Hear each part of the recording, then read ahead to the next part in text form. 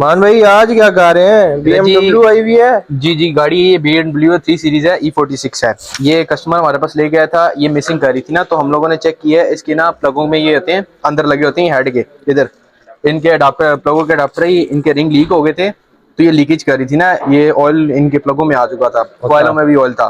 तो हम लोगों ने अभी इसको खोला है, इनके रिंग चेंज किए हैं, अभी बस माशाल्लाह फिट करने लगे हैं। उसके बाद गाड़ी इंशाल्लाह ओके हो जाएगी हमारी।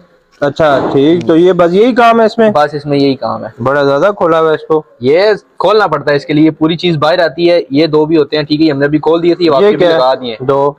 ये भी इनके अडाप्टर्स हैं। अच्छा के ठीक है, ये खुलते हैं, इनके भी रिंग होते हैं, जिस तरह ये है ना, ये देखें, इनके भी रिंग है, इनके भी ये नीचे एक नीचे रिंग होता है, एक ऊपर होता है। अच्छा, ये खोल के भी हमने ये फिट कर पूरा दिया। इंजन खोलना पड़ता है फिर? नहीं नहीं, पूरा इंजन तो नहीं खोलना पड़ेगा, सिर्फ ये ऊपर टैबलेट कवर खोलेंगे, इनकी खोल देंगे केमे, और ये बाहर आ अच्छा जाएंगे अच्छा, हमें हमारे। नहीं ना पता जी, इसका अपने सारों को बताना। आप हमारे पास आए ना, हम आपको सिखाते हैं ना।